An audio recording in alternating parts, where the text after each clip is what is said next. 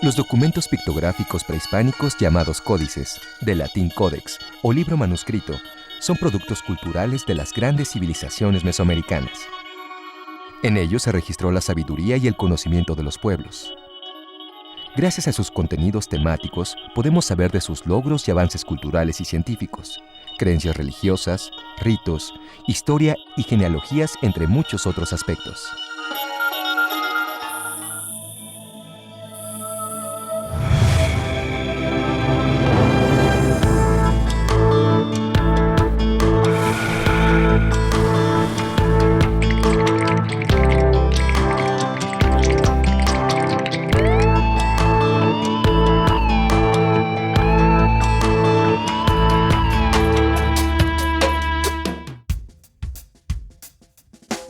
La Biblioteca Nacional de Antropología e Historia, Eusebio Dávalos Hurtado, custodia una de las colecciones de documentos pictográficos más importantes del mundo prehispánico y colonial.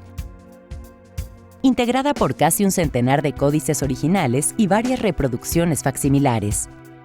Forma parte del programa Memoria del Mundo de la UNESCO, inscrita como colección de códices originales mexicanos, y procede principalmente de las adquisiciones que resguardaron personajes como Lorenzo Boturini, Francisco del Paso y Troncoso y Alfonso Caso. Los códices son los manuscritos que utilizaban nuestros antepasados en los pueblos indígenas para dejar toda su cultura plasmada en imágenes, en diferentes soportes, para que estas ideas pasaran de generación en generación. Una escritura pictográfica a través de la cual los indígenas conservaban o expresaban inclusive sus ideas y conservaban su pasado, ¿no? En la actualidad todavía hay polémica alrededor de describir qué es un códice. Sin embargo, yo creo que su principal característica es que muestre, aunque sea de manera mínima, ilustraciones, que muestre glifos y que tenga de alguna manera un sentido asociado a las culturas indígenas. Los códices contienen información sobre rituales, sobre historia, sobre geografía. También hay códices genealógicos. Por ejemplo, tenemos libros calendáricos como el Xiuamatl, el Tonalamatl, el calendario de los tonalis, de los destinos, de los días, el Sempoalamatl, el calendario de las veintenas, es decir, de los meses. Y que afortunadamente tenemos varios que sobrevivieron de la época prehispánica y que nos damos cuenta de que son de una extraordinaria calidad que verdaderamente es sorprendente. Pero también los manuscritos ya redactados durante la colonia y generalmente ilustrados con imágenes realizadas por los tlahuilosques, los pintores indígenas, ¿no? En términos generales, en Mesoamérica los códices se plasmaron en piel, normalmente de venado, se hicieron en papel amate o en amate en específico. Y es muy probable, aunque no tenemos ejemplos prehispánicos, es muy probable que también se usaron lienzos, probablemente de algodón o de fibras de maguey. Con el paso de los años y después de la llegada de los españoles, se hicieron también en papel europeo. Los códices se hacían con una especie de carboncillo, se cuadriculaba lo que se iba a pintar o se realizaba el contorno de la imagen y posteriormente se pintaba con diferentes colores que eran hechos con materiales vegetales y minerales. Me parece que en Mesoamérica la persona que está haciendo uso de un documento y lo está narrando, lo está leyendo, entre comillas, tendría la posibilidad de, cuando viese un glifo, que el glifo detonara en él una tradición oral ancestral que él ha aprendido durante su vida y que al ver ese glifo detona una serie de imágenes en su cabeza que él transmite de manera oral. Es muy probable que estas ideas también fuesen acompañadas por música y que también fuesen acompañadas por los aromas del copal o de este tipo de inciensos que se ponían en el momento de la lectura. Recordemos que no cualquiera leía un documento. Esto estaba por lo regular entre la nobleza y los sacerdotes. Los códices eran elaborados por hombres y mujeres capacitados para pintar y dibujar, y que además tenían conocimientos profundos sobre la cultura de su pueblo. Los mexicas les llamaban tlacuilos porque escribían pintando. La conservación y manejo de aquellos documentos estaba principalmente en manos de la clase dominante, aunque existen evidencias de que los indios tenían documentos relacionados con la posesión de tierras. La gran mayoría de los códices prehispánicos se perdieron durante la conquista, pero se siguieron elaborando virreinales hasta el siglo XVIII.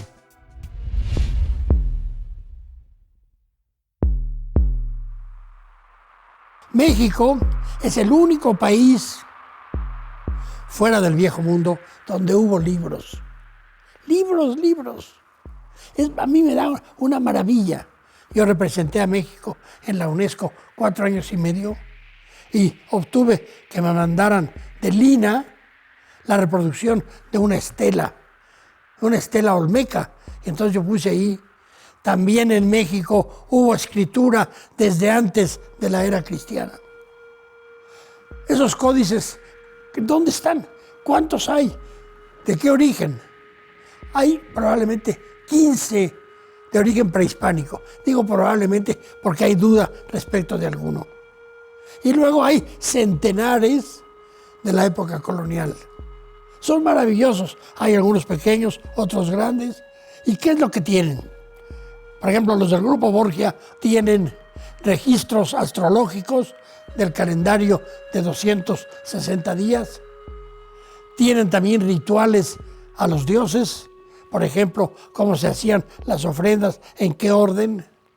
Tienen, por supuesto, imágenes de dioses, de seres humanos, de animales. Luego están los códices mixtecos, que son histórico-genealógicos, interesantísimos. Los estudió Alfonso Caso y nos muestra él que se llega a la historia hasta el siglo VII de nuestra era.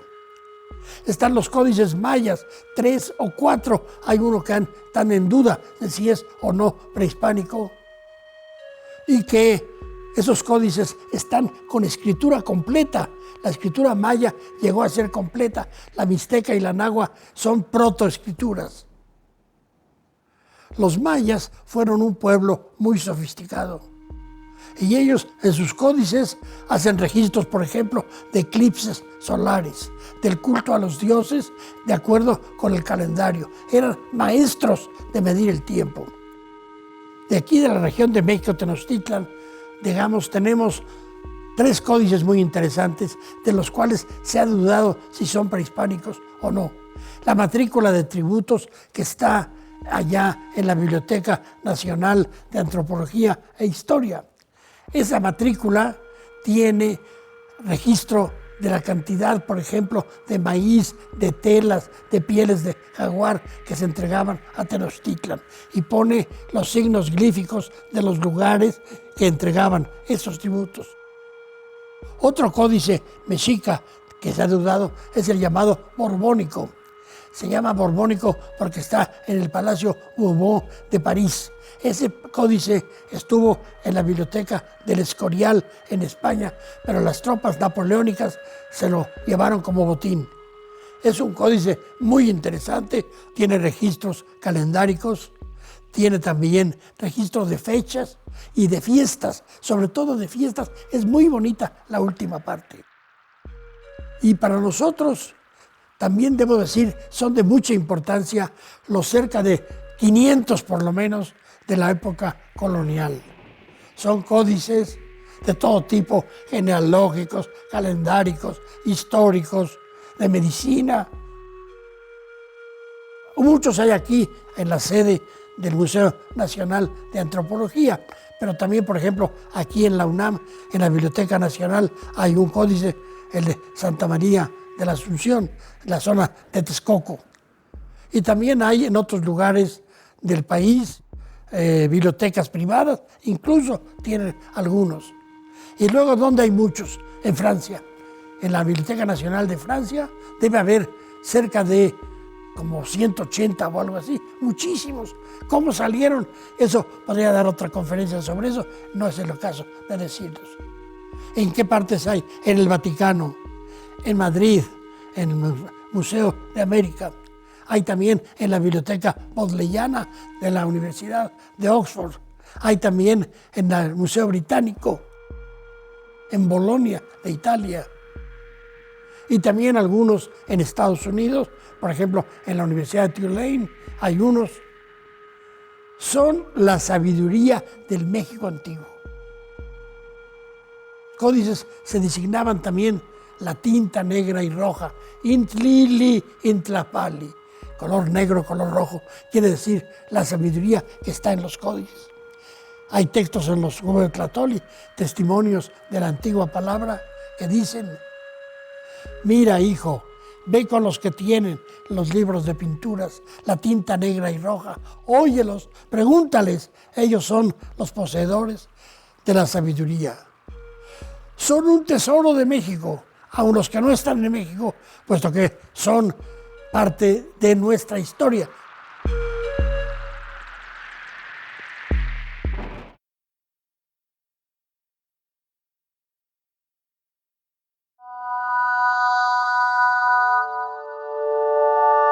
Los códices se leían de distinta manera, de acuerdo a la tradición de escritura a la que pertenecían, el contenido y el formato. Según los cronistas del siglo XVI, se leían colocándolos en el suelo sobre unos petates. Entonces el escriba, el lector y los oyentes se situaban alrededor del manuscrito y así tenían a la vista toda la información plasmada en el documento pictográfico. Los códices del centro de México, generalmente tiras de varios metros de largo, se leían de izquierda a derecha. Los códices mayas, en cambio, tenían un tamaño y contenido similar a los libros actuales y se leían en secciones independientes. Los glifos se leían por columnas dobles, de izquierda a derecha y de arriba a abajo. Los códices mixtecos eran leídos en zigzag inverso, comenzando por la parte inferior derecha y relacionando las imágenes hacia arriba, en cada una de las hojas por separado. Los códices adivinatorios se leían conforme a la pregunta que se planteaba, y los mapas generalmente a partir del centro o lugar de donde procedía el documento. En algunos códices prehispánicos se pueden observar líneas rojas que dividen las escenas o huellas humanas que guían el sentido de la lectura. Yo creo que el tlacuilo imagina su historia primero y la plasma en base al formato que tiene. Yo creo que es muy importante la labor del tlacuilo como transmisor de ideas, por supuesto, pero también es muy importante como una persona que piensa, ¿sí?, la cultura y la plasma.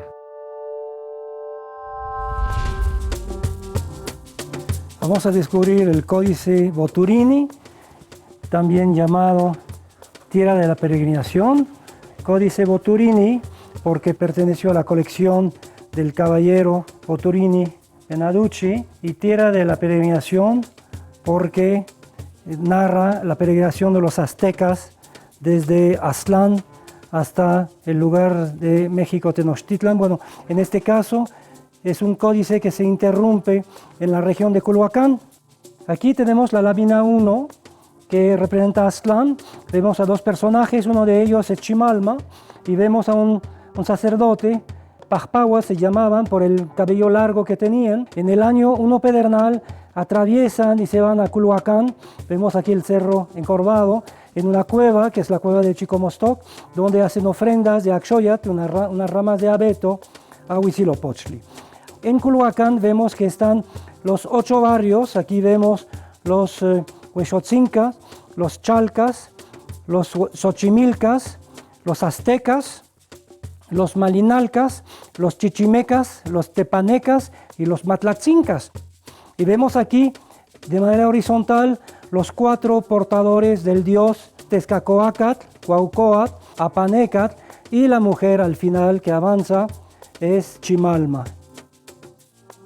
En la lámina 3 y 4 en este caso, nos dice el Códice Uba que en este lugar precisamente Huitzilopochtli le dijo a los aztecas: ya no os llamaréis aztecas, sino mexicas.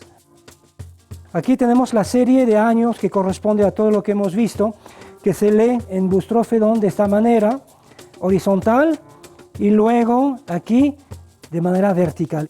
Aquí vemos la primera atadura de años en el año 2 Cañas o Meacat, donde vemos los bastones de fuego y vemos el desplazamiento de estos mexicas que llegan después a Tula.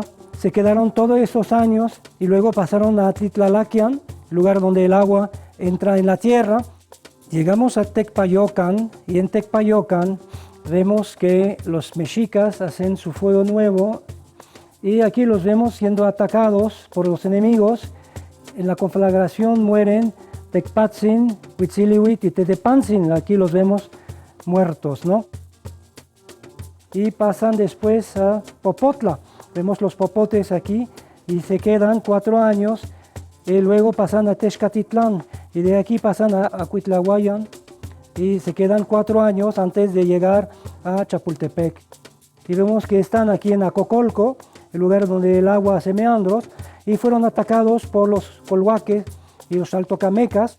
Aquí vemos los guerreros Huitzilihuit y Chimalchochitl, aquí siendo capturados por los colhuaques. Y aquí vemos los años que bajan y estuvieron en el barrio de Contitlán. Y aquí viene esta penúltima, porque la última es un pedazo solamente de lámina. En esta última me parece que hay un cambio en la escritura.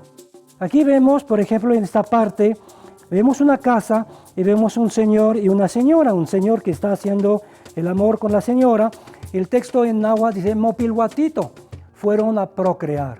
Y aquí yo veo una influencia de la cultura española, porque hay un camino con huellas. Que aquí querían expresar fueron a, pero dentro de la palabra, de la locución Mopilhuatito, no hay ninguno ir a. Entonces yo creo que esto sí nos muestra claramente que aquí hubo una influencia. Después la lectura es normal. Culhuacán, tuvo una guerra con Xochimilco. Y aquí vemos, entonces preguntan, ¿in mexica ayocajque? En náhuatl, los mexicas ya no caben en la cárcel, eso es la cárcel. Y aquí vemos el pobre mexica que está arrastrándose, que es lo que muestra pictográficamente que ya no caben.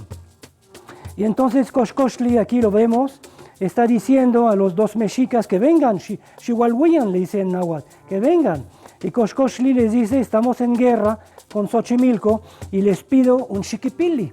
Pero en este contexto sabemos por otras fuentes que el rey Coxcoxtli les pidió a los mexicas 8,000 orejas para comprobar que tenían 8,000 prisioneros. Y aquí en la última parte de esta secuencia pictórica vemos claramente el diálogo. Aquí el mexica dice, les vamos a cortar las narices. Aquí vemos la punta del cuchillo de obsidiana sobre la nariz del prisionero y vemos en la mano izquierda puntitos con 2 orejas y con la corona del rey Coxcoxtli, lo que se traduce por, si cortamos las orejas, el rey Coxcoxtli va a creer que hemos cortado las 2 orejas y que por lo tanto tenemos únicamente 4,000 prisioneros.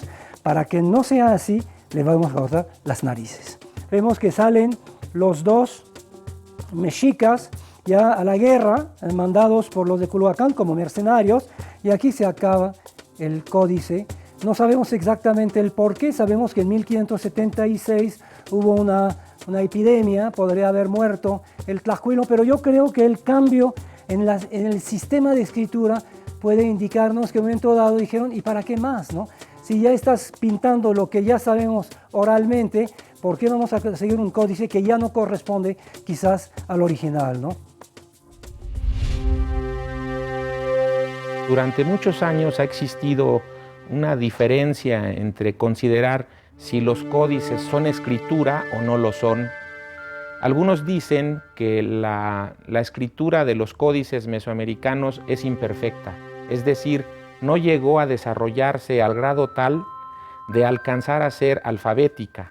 Si la comparamos con la tradición europea, que es alfabética, es obvio que no cumple las características. Sin embargo, sí se podían hacer lecturas de ciertos glifos. Por ejemplo, la A con el glifo del agua, para poner la A se dibujaba un glifo de agua, ¿no? Para poner la sílaba me se utilizaba el maguey, que en náhuatl se dice metl. Para decir las sílabas tosan se utilizaba una tusa, que se dice tosan exactamente. Entonces cuando las juntaban era muy particular porque decía metosan, que sonaba muy parecido para los indígenas al nombre del primer virrey, por ejemplo, ¿no? Esta semiescritura que vemos en los códices, tanto principalmente en los prehispánicos y en algunos coloniales tempranos, era la mitad del sistema. Probablemente la otra mitad del sistema, que es la que ya no existe, es la oralidad. El que leía un códice tenía memoria de él y sabía cómo hacerlo. Cuando llegan los españoles, me parece que su manera de pensar, su manera de escribir, influyó muchísimo sobre la mente, sobre las maneras de hacer las cosas de los antiguos pintores indígenas, ¿no? Que ellos dijeron, bueno, nosotros pintábamos con imágenes, pues ellos están digamos, pintando lo que dicen, pues nosotros lo vamos a hacer también, ¿no? Vamos a empezar a tener en la colonia códices mixtos que plasman, digamos, no solamente la idea, la acción misma, sino también la lengua.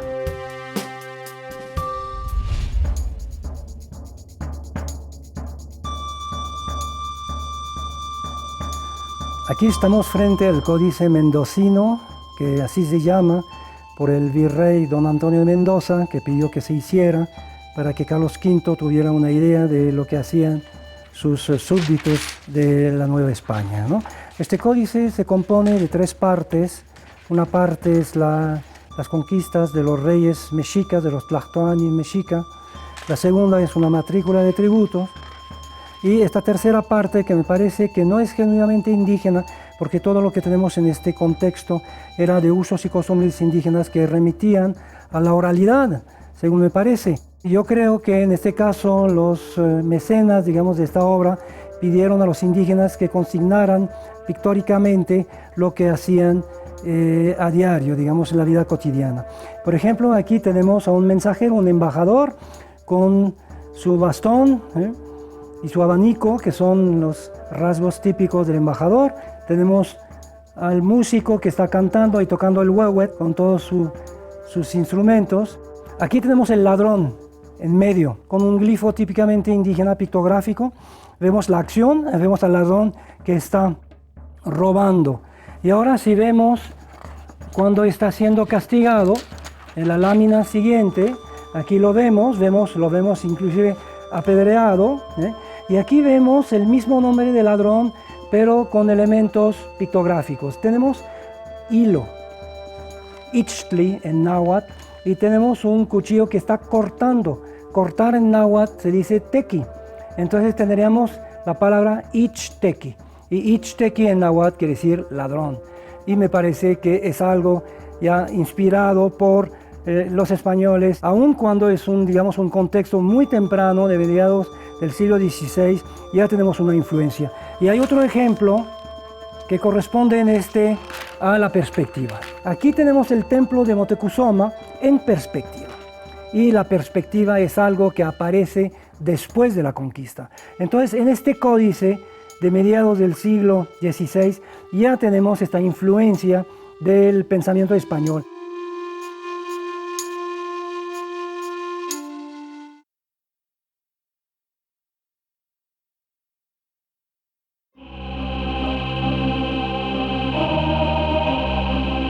Con la llegada de los españoles, los códices se fueron transformando y la lectura fue adquiriendo las características de los libros europeos, tal y como los conocemos actualmente. Las órdenes religiosas protagonistas en el contacto cultural entre el Viejo y el Nuevo Mundo fueron los franciscanos en primer término, en segundo término los dominicos, porque fueron los primeros en arribar. Y fue un papel estratégico. En aras de divulgar la nueva fe, en aras de cambiar el pensamiento religioso de estas gentes, tuvieron que destruir muchos documentos que registraban su pensamiento antiguo y su pensamiento religioso. Pero a su vez, para conocer el pensamiento de estas gentes, tuvieron que aprender sus lenguas. Y al conocer las lenguas descubrieron que había sistemas de escritura propio se abocaron a conocer y a descifrar esos sistemas de escritura, hicieron gramáticas, vocabularios, artes de la lengua, mucho antes que otras lenguas en el resto del mundo, y eso permitió que mucho de ese conocimiento antiguo se trasladara a los nuevos formatos.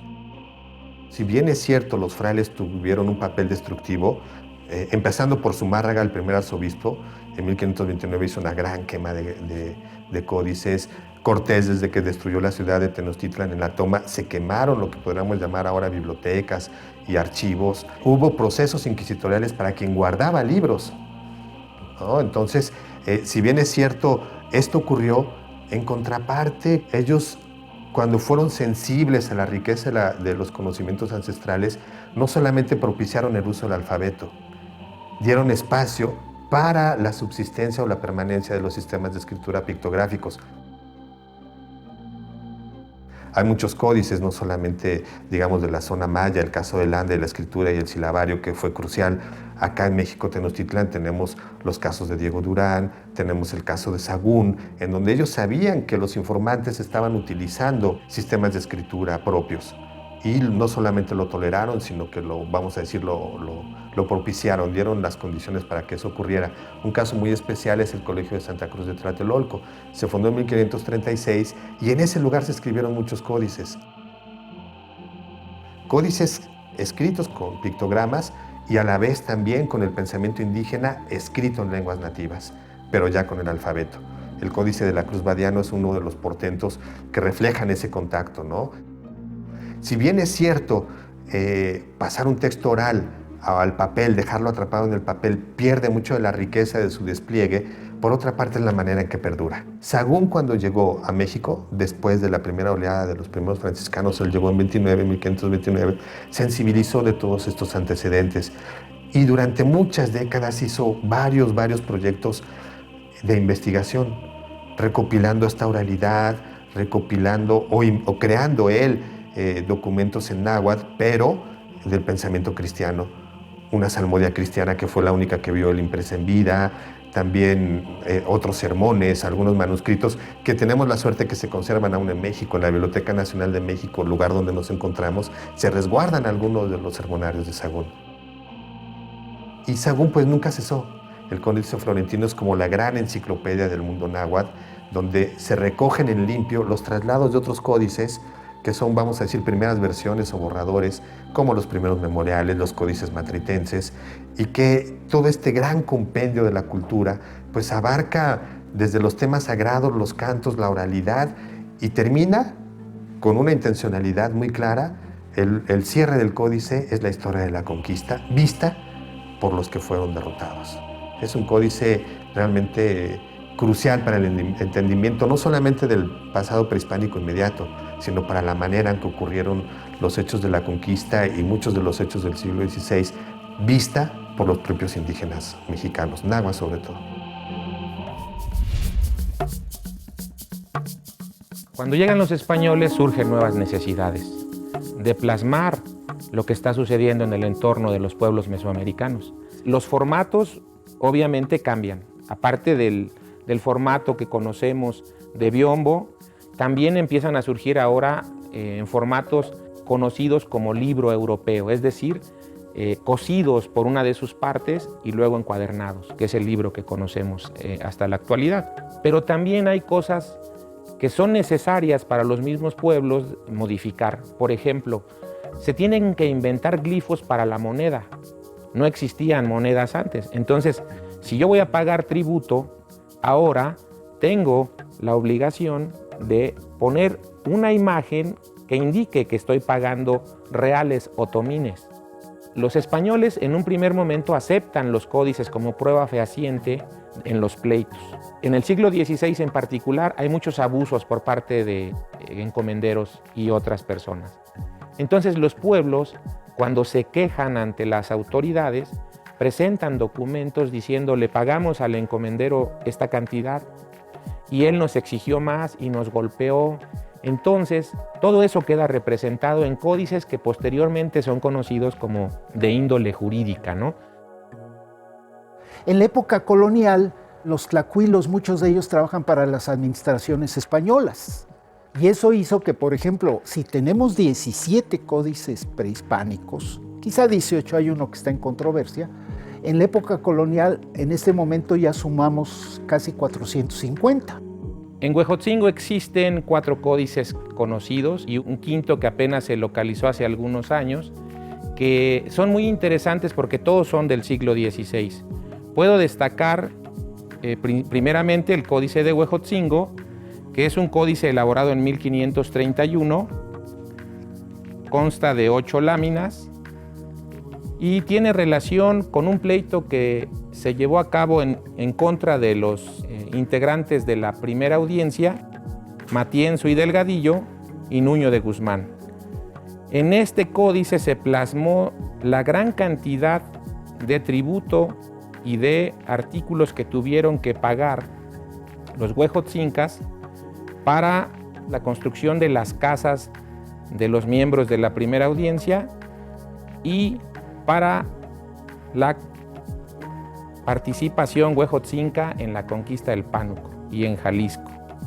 Existe otro códice que se conoce como Matrícula de Huejotzingo, que se refiere a una matrícula, es decir, un censo de todos los indígenas que pertenecían al señorío en 1560. Resulta que la corona tasa, es decir, hace una tasación de todos los indígenas y les cobra demasiado. Entonces los indígenas no están de acuerdo con la tasación y deciden hacer un censo casa por casa y pueblo por pueblo y anotan todos los nombres de los que vivían en cada casa y en cada pueblo. Y lo interesante es que entonces tenemos alrededor de 11,000 glifos, es decir, nombres de persona, pero a la manera antigua. Para 1566-68 se elaboró un documento, nada más sobrevivieron 2 fojas, del tributo que pagaba Huejotzingo a la comunidad y que posteriormente la comunidad entregaba a la corona. Tiene por nombre Códice Guillermo Tovar de Huejotzingo. Una lectura interesante sería: en la ciudad de Huejotzingo, aquí está el glifo, ante el señor corregidor o alcalde mayor, asistieron los oficiales de repúblicas encabezados por el gobernador y por los alcaldes y entregaron a la iglesia 420 fanegas de maíz y a otros personajes representados por una pequeña cabecita ciertas cantidades de maíz. Al final, en la parte inferior, es la suma de todos los anteriores, la cantidad pagada en su totalidad.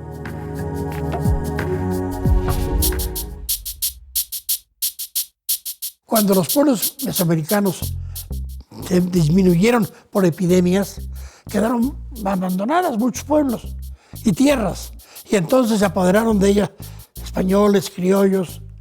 Pero luego ya en el siglo XVII, fines del XVII, se empezó a recuperar la población indígena y querían recuperar sus tierras.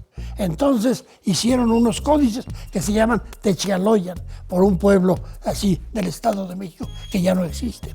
Y resulta que esos códices son verdaderos en cuanto que satisfacen una necesidad, en cuanto que hay en ellos noticias verdaderas, pero son falsos porque los que los hicieron ponen muchas fechas y quedó equivocado. Por ejemplo, dicen, estas tierras nos las dio Hernán Cortés en 1550. Ya se había muerto Cortés, luego no se las pudo dar, ¿verdad?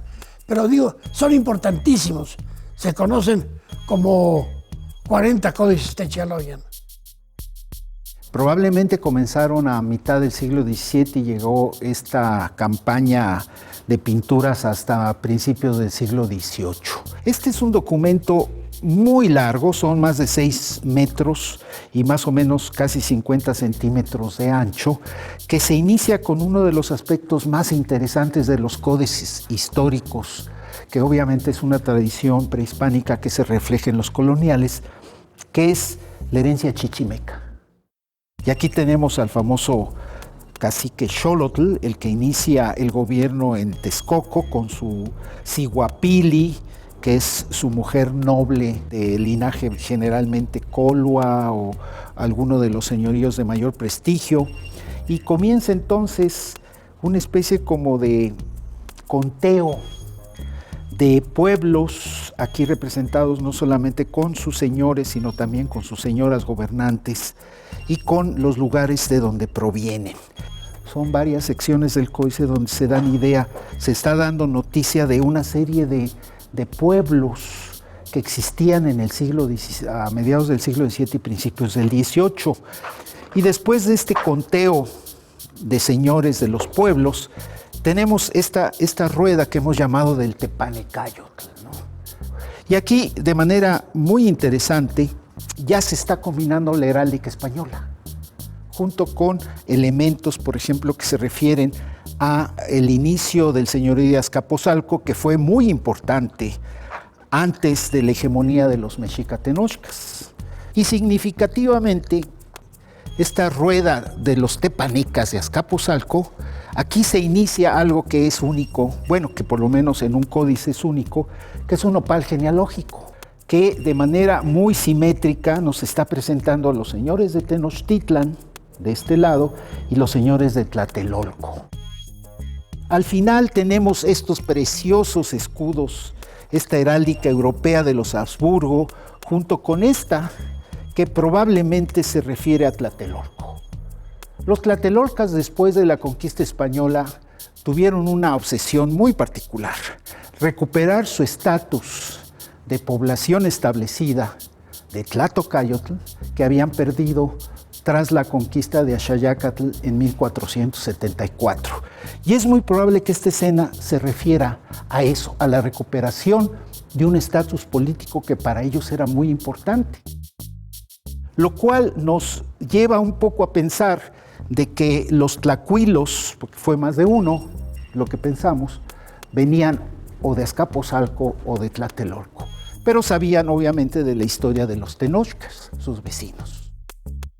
Este es diríamos, el más importante de los códices Techaloyan, por su calidad, por su tamaño, por la información, y que creo que en algunos aspectos sí nos ha servido para resolver algunos problemas, incluso de la historia prehispánica y colonial temprana de los pueblos del centro de México.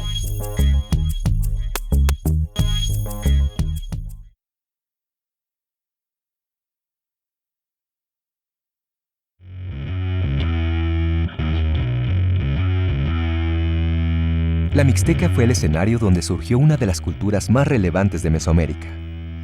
De allí provienen algunos de los códices prehispánicos mejor conservados.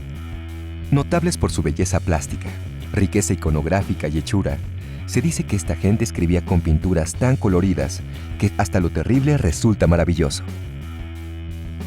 Hace ya varias décadas que los estudios arqueológicos de la Mixteca se han apoyado en los códices para desarrollar explicaciones acerca del devenir de sus pueblos y gobernantes.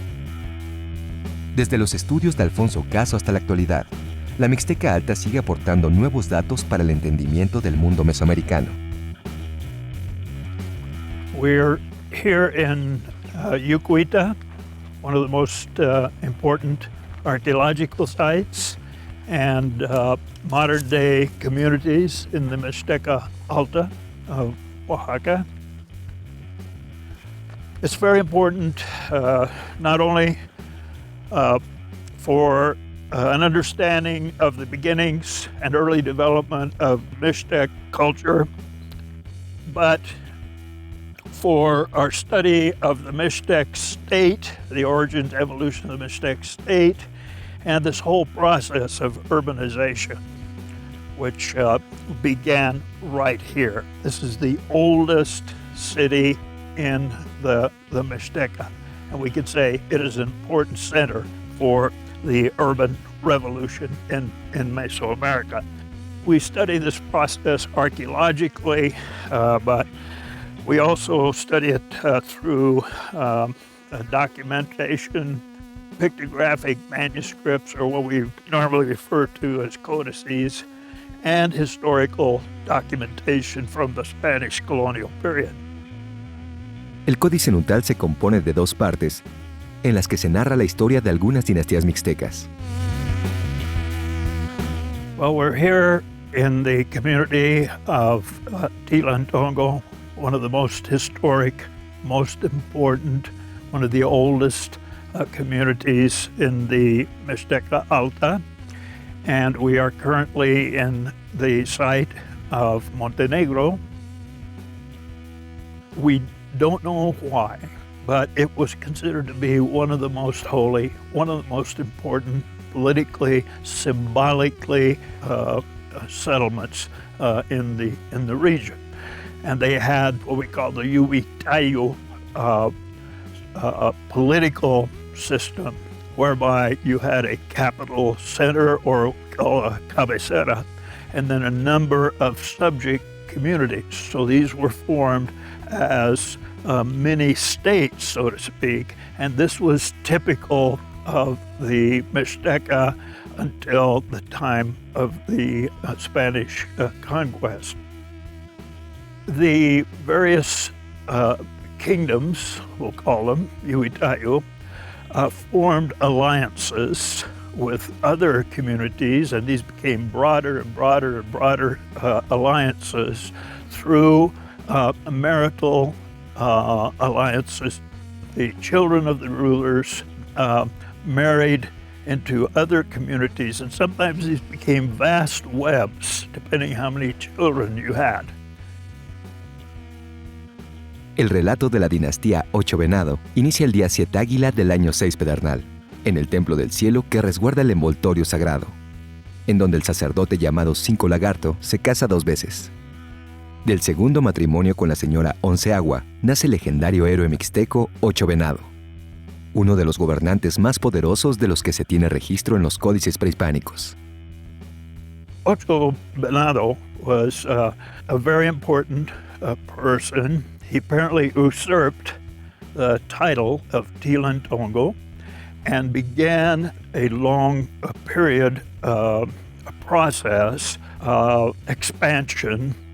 Eventually, this spread from Tilantongo all the way to the Pacific coast and from the valley of Oaxaca to Guerrero. So this is forming what we would call an empire through marriage, through conquest, and through treaty, and also linked all this together with economic exchange. And this expanded to the point where in the 12th century, the empire of 8 year included 120 Yuwitayu, 120 states. And the center of his operation was Tilantongo. And that went on for a number of decades until he himself was murdered or sacrificed. Además de su valor simbólico, los códices de la Mixteca Alta guardan información sobre la geografía de la región, lo que permite el análisis arqueológico y la ubicación de cerros, ríos y ciudades prehispánicas o coloniales. We're in the ancient city of Yucundá, or Pueblo Viejo of Tepozcolula. This is one of the largest cities in the post-classic period. This town dominated all the region around and was the capital center of the region until the arrival of the Spaniards in about 1522-23. The Spaniards arrived here. They continued to occupy the site. It's of extreme importance, the site, not only for its pre-Hispanic composition, the pre-Hispanic period, but for this great transformation that really changed the world when the Spaniards came to America and specifically here to the Mixteca. En el Códice de Yanguitlán se puede observar la transformación que sufrió la Mixteca Alta hacia la llegada de los españoles. En sus láminas se registraron eventos económicos y políticos de las primeras décadas del contacto.